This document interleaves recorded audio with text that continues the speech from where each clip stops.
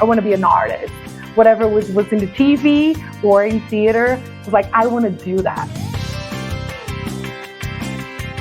When you arrive in New York, everyone says like, if you make in New York, you can make anywhere. And then I think, okay, so let's go to Brazil and make there. Because I want to see you baking there. If you want to direct your first show, get the idea, decide what you want to do, and put your hands to make it happen. Hello and welcome to the Theater Art Live podcast sponsored by ClearCom. ClearCom is the leader in voice communications since 1968 for theater and the performing arts. When the show must go on, ClearCom is there to keep the team on cue. The Theater Art Live podcast puts the spotlight on those who create live entertainment around the world, the culture creators and the backstage masters. My name is Ana Aguilera. Today I'm joined by Patricia Marjorie, who is a Brazilian multidisciplinary theater artist based in New York. Director, performer, designer, and craftmaster, Patricia moved to New York City after 19 years of extensive work in theater productions in Brazil, where she got her bachelor degree in performing arts by Universidade de Brasília.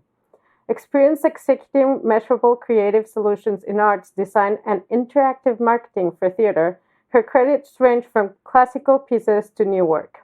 Her artistic goal is to continue developing a theater-making practice that transcends illustrative storytelling using theater as a voice for marginalized and oppressed communities. Hello, welcome to the show. Hello, thank you for having me. I can say I'm so happy to be here. It's an honor, mostly because I also heard the podcast and I know I'm between friends. So much. Thank you for having me. Of course, we're excited to have you on and to know that you actually know some other people that we've interviewed and that you listen to the podcast. Good. Yeah. Awesome. Do you want to share with us a little bit of how do you get started in theater and briefly how do you get from maybe the I'm curious or I bumped into theater and the arts for whatever reason, and then how do you got to now? I'm from Brazil. In Brazil, we have a very huge culture of TV, right?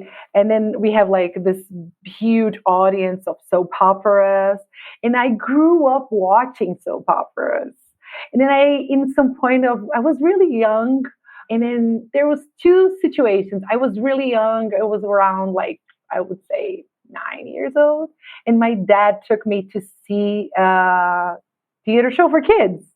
And then I got absolutely stunned by the storytelling because it was about ghosts and it was about being different, celebrating the difference.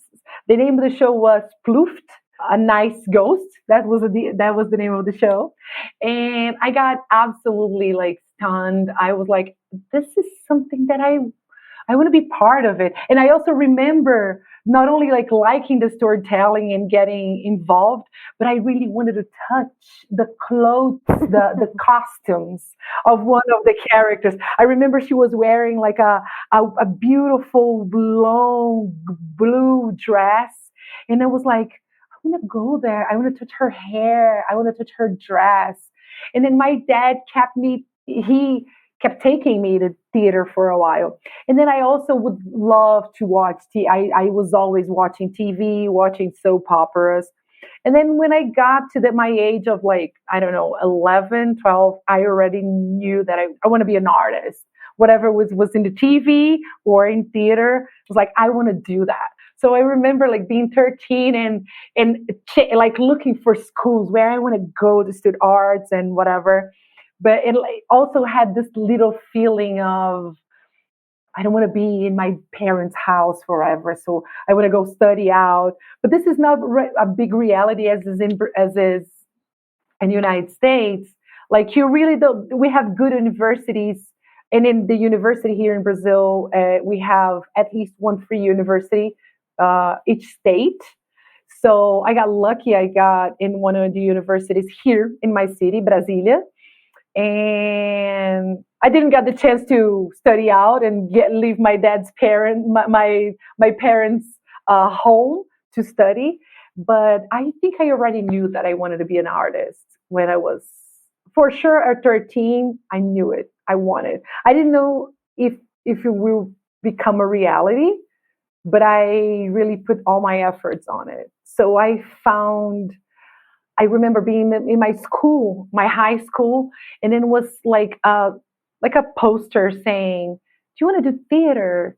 There's this opportunity here that we are doing like a test with all the kids for the schools for the entire city, and then we are come make it. It was an audition or something, and then I did it, and I got in." And the rest of his is history. Like I made great friends that are still doing some theater. Some of them are like journalists in TV right now. Some of them are not doing theater anymore. But that was the way I started. That's how I started in theater. And then you made it happen. And it's been how long since? I mean, roughly. I was 16. So I think this is more than 20 years. Yes. Not more getting into the details, but yeah. So I feel the same. You're the same, but with a lot more experience. Exactly. A little bit more smarter. So how would you describe in this like few years your evolution? Yeah. And your experience and what, like that little kid that applied to the art school, and then if you see yourself today, and how's that practice evolved through time? I think I'm going to get emotional because it's so crazy that I'm giving this interview right now, being here in Brazil, and it's so crazy because I am surrounded, like when you live abroad and then you come back, it's crazy how everyone wants to see it. And the ones I'm being able to meet is the ones that started with me or went to the university with me. So how I would describe, that's a fun question. I feel like this kid is still inside of me. She's still very curious. She's still very full of fire in the eyes, desiring to make this change that you just said as my goal and my statement. Like this kid is inside, and outside I'm every single day trying to understand. And then this cultural difference is how do we do theater here with the lack of resources that we have, like financially resources, and the abundance of creative and crazy resources that we have here, and how it's completely different when we are in New York, where everything is so fashionable, and everything it's like right there. Like I love to say that when you arrive in New York, everyone says like, if you make in New York, you can make anywhere. And then I think, okay, so let's go to Brazil and make there. Because I want to see you baking there with the lack of resources that we have there. So I feel like part of who I am right now, and part of this majority of work that I've been doing, it's because here, to make it happen for this kid, this little Patricia inside of me, make it happen, we had to be very creative. We have to reuse, we have to put it together, a bunch of things that we did not have. We just did not know how to do it. So we're going to create what we have. So a big part of who I became as an artist is this big mix of this thirsty kid of making theater, making TV, or whatever opportunity as an artist. What can I do? No, I remember being at a university here and then seeing my senior teachers inviting friends to be part of projects. And I was never like in their minds to be like, they would never invite me. And then I called some friend and was like, look, they're not going to ever invite us. They're never going to call us. So I think we're going to have to make our own shit. So, oh, excuse me, my vocabulary. So I think we're going to have to do our own thing. So let's do it. What we have, what's your idea? And let's put it together. And then let's all act, but I can direct and you can produce and then you can make the makeup and then I can help with this. And that's how we made it happen. I don't know. Sometimes you were no, this was 20 years ago. Acting or directing or producing, or you did all the things. And you still do all the things. Yeah, I still do all the things because there's also another thing. Like I'm an immigrant, so we have to pay the bills. And I love the fact that I can pay my bills being in the theater, not having to be in restaurants. Or don't get me wrong, I've been there and I learned a lot. I feel like everyone should be a server at least for 6 months in their life because you learn a lot. You learn how to deal with people. You learn how to listen. You learn how to talk. You learn a lot. But that's why I do everything. Like, my body is getting to a point that I don't think I can handle restaurants anymore, but I love to be part of creation. Let's create. You need a costume. Let's think about a costume together. Let's do props. Props is something that I've been doing a lot, and set design. And the other thing is my university here, you have to go through all the chains. So I spent 6.5 years in the university. Some part of this because we had my university was a public university, so we had some strikes, professor strikes.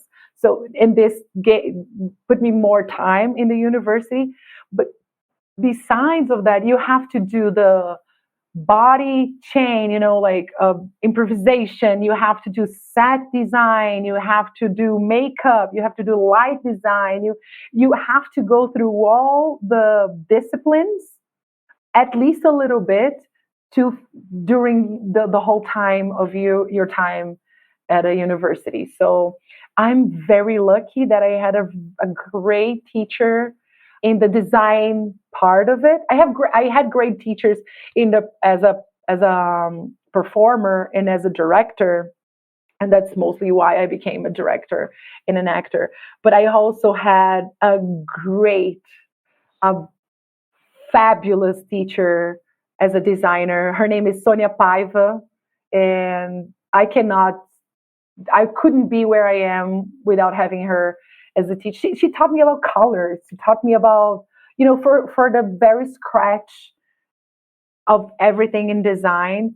And then also was this Brazilian. I was like, okay, what do you want to do? We don't have money, so let's recreate in top of something, So she's still an inspiration for me. And then I think that's the thing. I do a little bit of everything because we have to do a little bit of everything here because nobody's going to make it for you. So if you want to direct your first show, get the idea, decide what you want to do, and put your hands to make it happen. There's nobody to make it for you. So let's create. Let's paint a wall. Let's paint a chair. Let's, draw a costume. Let's put it together, pieces of it. And that's a very Brazilian thing, I guess. I think it's at least I can speak for most of the Latin American countries that have a similar cultural, socio-economic struggle. Exactly. But then a lot of resources when it comes to there's a lot of colors, you see colors everywhere. And there's materials readily available. It's not the material you go and buy, but if you look for it, if you it's not. How can I use this in a way, or what can I use so that will serve the purpose of what I need? But yeah, I see that here in Mexico, and I've heard about it from other people. Can't remember where, but in other countries, I don't know if it's Colombia, Argentina. I think the Argentinians have mentioned that as well. This struggle to actually make it ends meet, and you can't afford to go buy new materials for whatever you're doing, but you can recycle, you can do other things. Exactly, and this is very, very characteristic of the whole Latin America. And our colonization was this kind of colonization. It was a colonization of let's take it. The weather was not the weather that a European was desiring to stay. So different than North America, where they went to colonize to stay. The South America and Latin America was like, okay, well, we can get out from here, right? Let's get what is good and let's leave because this place is really hot and we don't want to stay here. And then the resources, we are like here, just how can we make it? And then I feel like this feeling of us to be creative of how make it happen, or how even to make ends meet. Every single day of the Latino America, it's a creative struggle. True. But I'm sure this is a popular saying. I think I've also heard it from Chinese people, but just pour more water into the soup. Exactly. Here we say, put more water in the beans. Yes. Put more water in the beans. I'm bringing some people. Put more water in the beans, and we're gonna make it. Everyone's gonna eat. Yes. Exactly. So you went through all this struggle, and then now you have goals, which I admire. I wish I could verbalize my goals as an artist. I want to achieve this and that. Maybe I have them. I have to do now some sit down with myself and think about it. But you do have it. You've written it. So tell us about it. Well, as you say, like, as a Latin American, as a Brazilian, and as someone who, my passion is to put people together, to gather people, and to make it happen. And then to make that happen, I feel like we need to be aware of how we are and where we are as a society. So there's no way to do theater in Brazil without talking about Augusto Boal, who is the father of theater of oppressed. And even if I'm doing something big that it's Broadway, and then you don't really think about the oppression and the oppressor, my idea is, and this is something that I love about New York, because it's where you see that this is happening right now. We as an artist are doing a big effort to give voices to the ones are there for a long time we're not being heard. And as a community, I think the biggest goal for me is to build community. The arts and build community. What can we do? For me, my very first project that I was telling you, I don't know how many years ago, what it brought from me, besides of knowledge, was a community. It's where I felt accepted, where I felt that I was part of that. So I think build community and using art to understand ourselves as a community, as a society, and bringing a little bit of this thought of reuse, recycle. When one of the things that it was very almost shocking for me when I moved is how much waste we see in New York, in the United States. We kind of know that it's like the country of consumption. It's like we're always consuming, like, oh, my TV broke, let's get a new one. Like in Latin America, like if my TV broke, it's like, do you know someone who fixed the TV? How can we? And then if you cannot fix TV, you're gonna make that TV as a tray. I don't know, I don't like to throw it. This is also something about a little bit about my mom and my dad. Like, we never throw things out unless it's really old or really there's no other kind of different use for that. And then when I arrived and we walk in the streets, like, you see everything. there's couches, there's mirrors, there's everything around. It was like, oh my God, if I put this with that, oh my God, I can do a whole show with this, all those things. So I feel like when I say that it's a lot of goals, I think we can call goals now, but I think there are a lot of dreams. Like, how can we be better as a society? How theater fits on that, how theater can collaborate for that.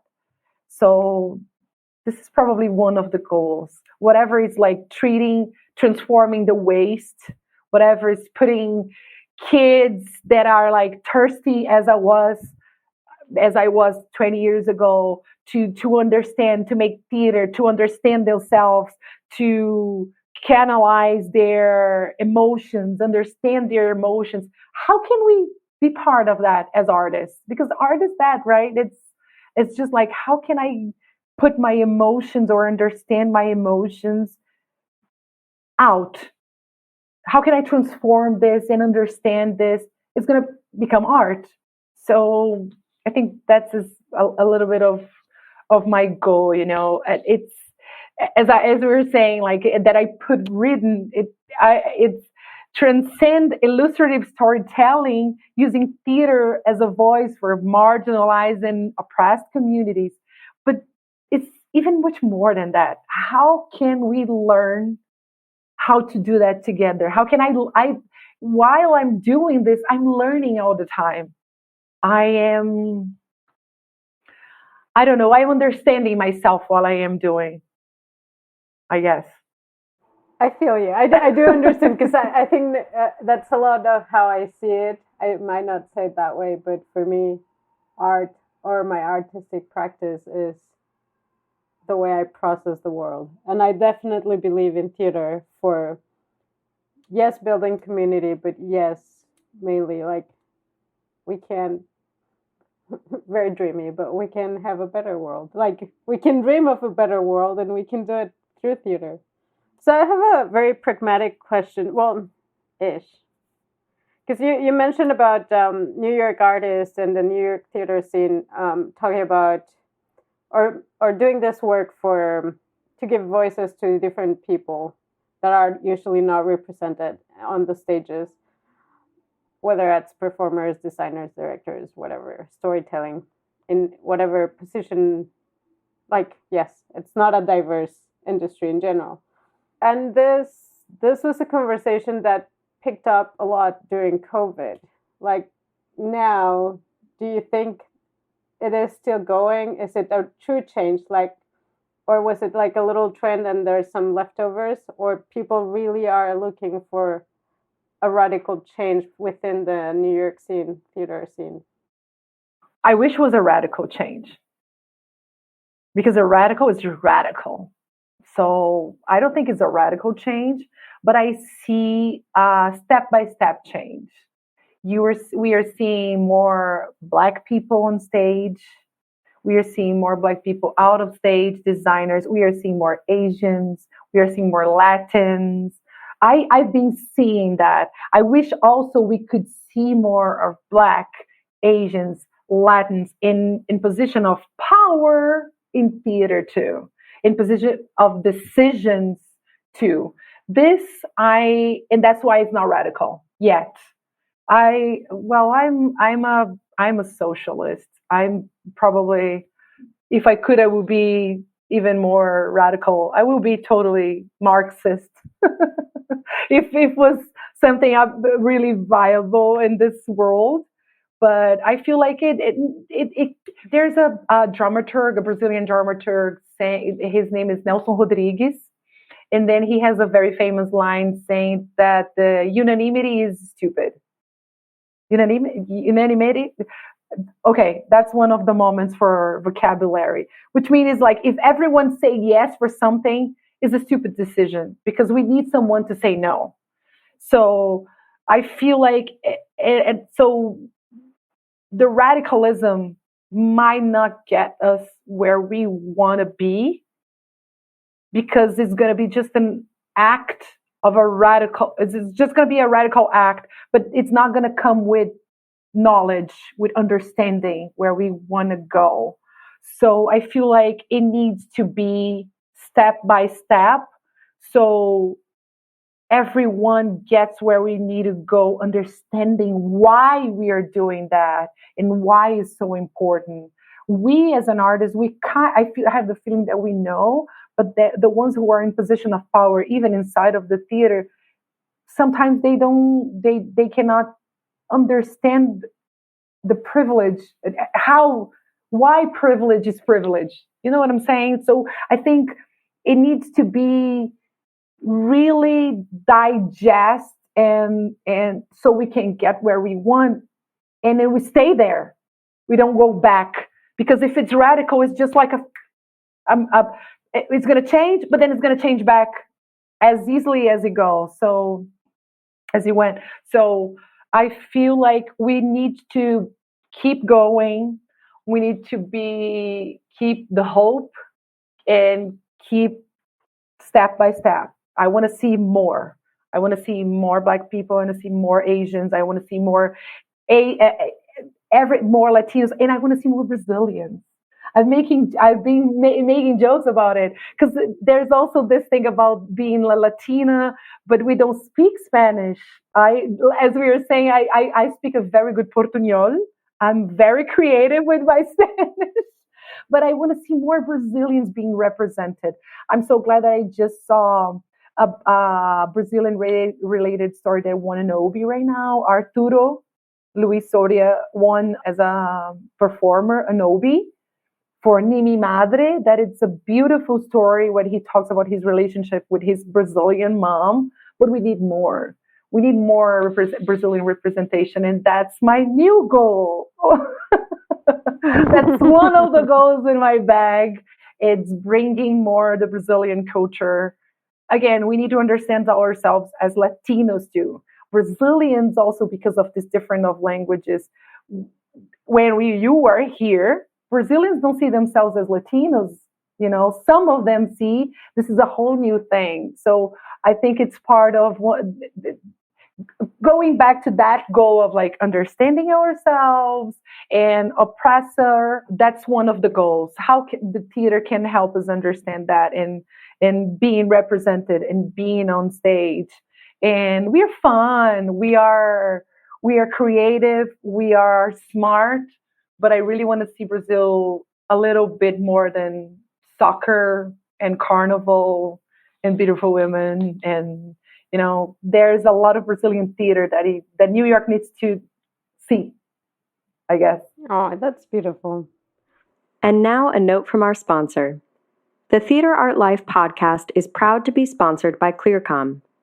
ClearCom is the leader in voice communication since 1968 for theater and the performing arts.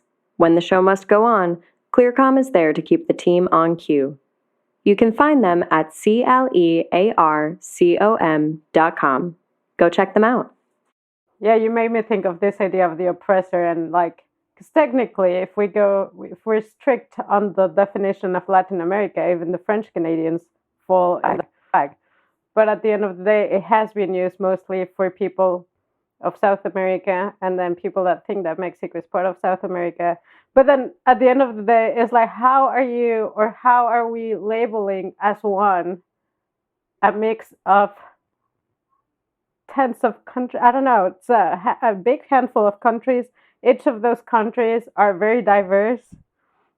Most of them have more than one official language, but we're just the one. Exactly.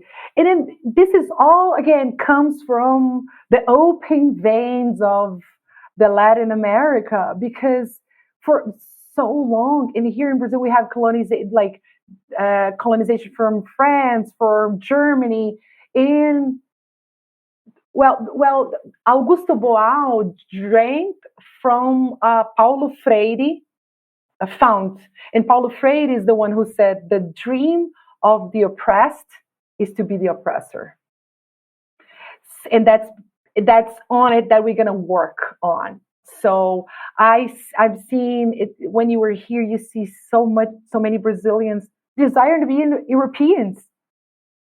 You know, like the desire of being because being oppressed by Europe, Portugal and all the other European presence in Brazil, in some point, it looks like they're more important. They're, to say so, the oppression to say so of the colonization. So we need to flip that. We need to see that we are so much more rich being Brazilians, being the indigenous from here. We have so much culture to share, so much beautiful stories and mythology. We have a beautiful Brazilian mythology from the very, very deep Brazil. So this is gold.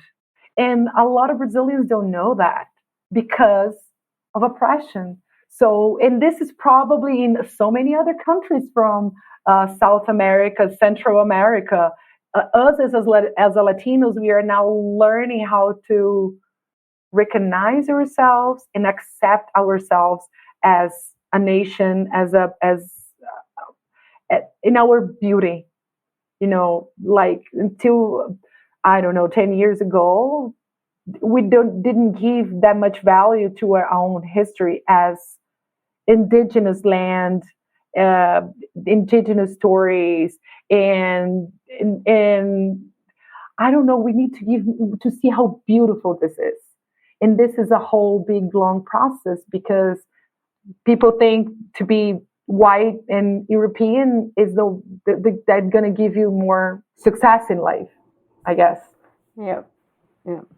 Sometimes when people say you're so pretty, most of the time in my mind is like you look European. Oh, exactly. Yes. Oh, you're so beautiful. Oh, this baby's so beautiful. This is a Brazilian expression. Oh, this baby's so beautiful. Looks like a Johnson Johnson baby. For sure, the baby is a white baby with blue eyes, European vibe. So now we need to see a beautiful black baby, very big Johnson Johnson diapers box, and they're like layers of meaning, So I think that's where we are. A whole thing that is happening in Brazil right now. It's people now they are seeing in looking themselves and recognizing they are Black people. We're such a rich and mixed country.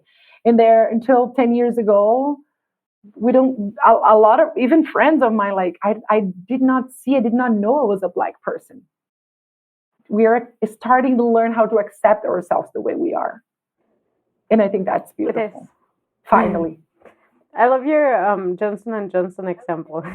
And it's a perfect segue for my next question or little. I just want you to briefly describe, because I'm very ignorant of this, and I was curious about it. What is interactive marketing? Well, interactive marketing, it's when you're going to do a show and you have no money to hire like a marketing agency that's going to do like our PR that's going to put you in front of magazines or in the front of the press. Newspaper in the front of I'm from the Time. So yeah, the billboards or whatever, you have to be creative. Like I was not famous. So how can we make it a marketing for a show? How can we sell our idea to bring people and to build theater community and to build a theater audience? So I'm going to give you an example, a show I did. So I love to do that. So I did a show here called Cinderella's Complex. It was a comedy. It was a big joke. It was two women. Because Cinderella Complex is that idea that you are waiting for the prince so you can be happy, right? It's a psychological term or whatever. But we use this as a backdrop to make jokes about men and women and relationships and saying, girl, just go forward. Don't wait for a prince because they do not exist. And then but how do you bring people to see a show if you're not, this is also a Brazilian thing. Like if you were in the television doing soap operas and your face is famous and you're doing theater, the theater like sell tickets and whatever. But when you're doing something alternative, not that have famous faces. You're like, okay, how are we gonna put people in the theater to pay the bills of the theater? So for this show, for example, what I did, well, I'm also a little bit megalomaniac. I am. I had the plus version, and then I'm going to tell you the version I wanted to do. So the plus version, it was like, okay, we need to go to the bars, and then we're going to get like a horse. That was the big idea. Let's get a horse. And then we're going to get this friend we always have like a friend who's handsome. So let's dress this handsome guy as a prince. And then I call my brother who used to play, how do you call that instrument that trumpet? The trombone, the trumpet. Yes, my brother used to play trumpet. So I call him, was like, call another friend of you who play trumpet and let's bring them. So, and then my mom made like a costume. Like I draw the costume, and they are the servers of the prince.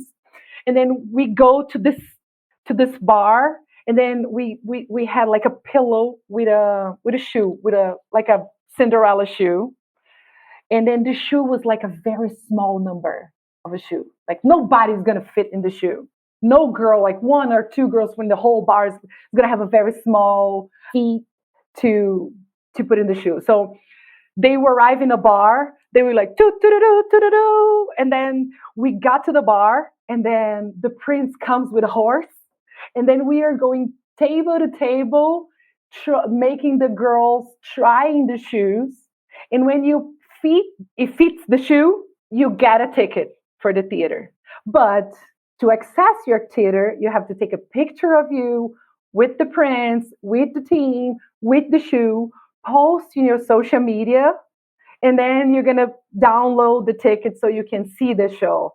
But just to get into the bar, making this whole noise, but this was the gold idea. I could do almost things, but we did not get the horse. So what it did was just like a wood horse. And then the prince got into the bar with a wood horse. And the trumpets were not that like good. They're not the best ones in the trumpets, but it was fun. And then like it was a huge success during the whole season. And then I started to do this for different shows. So I don't know.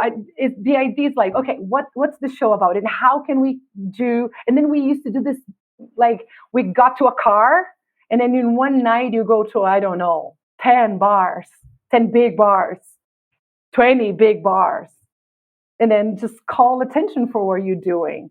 So that's a little bit of the interactive, because you like put people to, they want to know, okay, what is this show about? Like princes, and it's for adults. So it's fun. This was one of the ideas I put it together. So, and then it's endless, the possibilities that you can do something like that. You do like a mini show for the show. Yeah, it's a mini show, but it's like, it's related, but it's you can imagine people in a bar drinking, smoking, talking about a lot of, things. How do you call attention to people to go to the theater? It's the least of the things they are thinking. So you have to make a little bit of noise about what you're saying.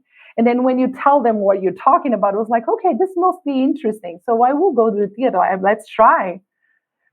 Yeah, I did the same thing when I did other shows. Like I will get some of the characters and bring to the bar, usually the character that it's funny. Of course. Or they're the ones who are messy. Yeah. I don't know. Let's say that if you're going to do Wizard of Oz, I will not bring Dorothy. I will bring, two of them, like, yeah.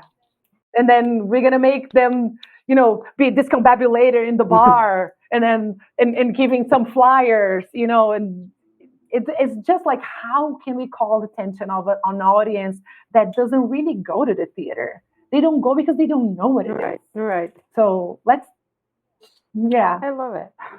All right. So would you consider yourself more, or what do you know? Because you consider yourself all of this, but is there one that you prefer more, being a director, a performer, a designer, a props maker? Oh my God. Okay, now can we call my therapist? Because this is a therapeutical answer. This is what we bring to the divan. I thought it was going to be a one-word answer. Yeah. Well, the thing is, when I started in the theater, it was because I really want to be a performer as an actor. And in a weird way, directing choose me. I did not choose to be a director. The directing choose me. It was weird because remember I said like nobody's gonna call us. Come, let's do it together. I can direct because remember when I said that I started to like theater when my dad took me to a play called Ploufft. So that was the first play that when I called my friends, I was like, let's do Ploufft. Because this one I know how to do. I have the whole idea in my brain that I know exactly how to do. So I will direct. And then it was being chosen by direction. And then until now, like when I'm directing, I'm a Leo. So take 20% what I'm saying, but like I know exactly what I'm doing when I'm directing.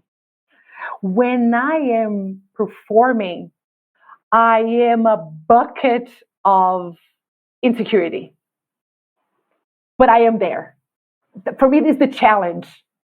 I think the challenge of being an actor is because when you direct, you know exactly what you do, but you put it in the performer's hand, you have no control of it. When you are an actor, you have to have a control of at least 90% what you're doing, because the 10% is that room for a mistake or for a blank or for oh my god what I'm going to do now or something happened. Like I did a show now with Meghan Finn, Miss Lohman, and then there's this scene. I also did help with the set design and the props, and there's one scene there was like a harassment, and then it happens close to a table in a kitchen table, like in a dinner table, and then in one of the shows the table broke. Like, what are we going to do? Are we going to keep doing the show or what are we going to do? So that's the 10% of room that you have to figure out what's going on. But most of the time you have to have control of what you're doing. So and then when I said that is the question that we have to call my therapist, it's like, I've been questioning myself of the desire of being and keep being a performer and an actor. It's because it's something for the little girl, the little kid who used to watch TV shows and soap operas. It's just because she wants to be recognized or if she wants to be accepted. Every day for me, it's like, I'm still pursuing to be a performer because I want to be accepted or just because I really like the adrenaline of being on stage. Until now, I'm still saying, yeah, it's the adrenaline. But if it gets into some point that it's not your adrenaline, it is just vanity, I will just okay, let's just direct because I know what I'm doing. And then I'm not gonna, but I think it's an everyday exercise to be a performer. It's a lot of responsibility. It's a lot. It's a lot. And then the insecurity, it's right there in your pocket. And how are you gonna make to not, it's an everyday question about being a director and performer. So I think that's part of the answer. Very deep. I didn't think. Very deep, right? Yeah. I think my therapist is going to be proud. Hope so. I'm going to close with our standard questions. So what is the thing you like the most about your job? Connect people. Be around people. Be around smart people. Be around creative minds. Being around I'm going to give you an example. When there was the election here in Brazil in the past year, we are going to our own worst version of Trump here. And then when we changed the whole election and Lula won, I got message of every single director that I was working on celebrating that with me. Yeah, so I love to be around people that it goes deep, like it and even when it's not deep, even it's like when we have like 10 out of 12 and we are very tired after a long day, and then when everything finished, it was like, let's go to the bar, just have one drink together and talk about anything else. But this anything else, it's probably a feeling or an emotion that it can become your next show, or it's just going to give you the word that you need to hear after a long day of work. For me, the best thing to be, there's one thing I didn't say in the past when we were talking about my past is before theater, I was always the disconnected kid. I was always the crazy one. I was always the one I was not fitting anywhere. And then in theater, it was like, oh my God. You know, if it was like, if I was blue and then I got to a room and everyone is blue, it's like, I want to be blue with these people. That's what I feel feeling about. Here, I can be blue. Here, I can be myself. I can talk with my hands. I can wear whatever I want to wear. We are just the same. I just want to be blue with all this or whatever. I want to be purple with yellow dots with these people. That's what I love more of being a theater person. I love it. The sense of belonging, community that you so like Yes. and mentioned. Exactly. Yes. Bring people to. Can you imagine if I can help at least, like I can help one kid that it feels like that in the community to like, let me show how theater is, and if I can do the same for one kid, I'm happy already. To make a kid feel part of it, I'm gonna be happy. I'm sure you have already. Yes, I hope so. I hope so. So, if you could change something, or I guess, what's the most challenging part of your job, and or if you could change something, what would you change? I think my fear of machines. It's not fear of machines, but it's like, maybe we should call my therapist again, but it's like, I don't know if I'm lazy or if it's a fear, but like, I like to go for mastery, like know how to sew. Sew, I think that's the word, like a piece of wood, mm-hmm. Like I have this crazy fear of using things that I can lose a finger or, and then computers also, like I have a very particular relationship with computers, and my line is like, I love scissors and glue because I know what I'm doing. But if you put me to edit a video, can I do it with a scissor and glue? I can't. So it would have to be here. Like I hate when I'm doing like a sheet on Excel, and then you put a number and the number disappears. Like, where was this number? It was not here. If I was doing like in a paper, I know it's there. So if I could change, will be my relationship with the technology, and with some of that is not technological, but it's this like machinery. But again, I don't know if this you need to have friends that do those things for you, and that's it. Or that's hire or have money to hire someone. That's what I've been doing. But I wish we cannot be everything. We cannot do everything. But I wish I could do a little bit more. Like friends of mine, when I was, before going to New York, I used to do a lot of commercials as an actor. I was great doing commercials because before doing commercials, I was a casting producer because I hook up all my friends for the university to make some money and pay my bills. And then I learned how the camera wants this or that. So I knew how to do when it was like an audition for something, and now my friends was like, why are you not how do they call now, like a influencer right now? Why you are not seeing like videos of you doing this? And I was like, because I do not know how to edit.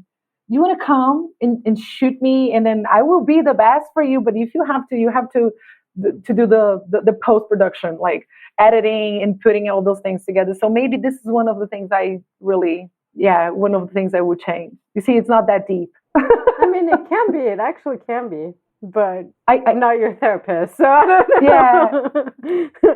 I do like machines, though. So, but I don't like to be on stage. See, maybe we need to have more teas together. All right. Thank you so much. This has been great fun. Thanks for joining us here at Theater Art Live today. And thank you. Thank you again. It's been a great chat. Wow. Thank you. Thank you so much. I love the questions. I think I'm going to need like good 30 minutes to process everything, because I got emotional with your questions. I got emotional talking about this. And I think the fact that I am in Brazil right now, revisiting some of those feelings too, and revisiting some stories and being with friends. Like I was with a great friend yesterday that was part of my history. His name is Hugo Leonardo. And then we were talking about that time. And then I was talking to them, like, they're like, you're not going to come back. I was like, I don't know if I'm going to come back. You know, I get a report every night after the show saying everything what happened, what time it started, if was someone late, if someone got hurt, and where they laughed, what the jokes. And they're like, really? It's that professional? I was like, yeah. It's pragmatic of me, but I like that. I like the fact that we can, and then at the same time putting together all of them, seeing all of those friends doing their craft the way they can do it. You know, like having friends that are clowns, like they're just, their life is being a clown as an artist, and they are now able to purchase their own home, their own apartments. I'm like so proud of them. It's so hard. So for me, it was like the last tie in this gift that it's being in Brazil and talking about making art, being an artist. And yeah, thank you. Thank you. I'm so happy and emotional to be here. Thank you. Thank you. Theater Art Live is a global media site for entertainment. Memberships start at only $38 per year. You can have unlimited access to our daily published articles, including entertainment news and the writings of active industry professionals, ensuring that you are always up to date on the global happenings in the world of entertainment. Become a part of the international entertainment community and join us now at www.theaterartlive.com.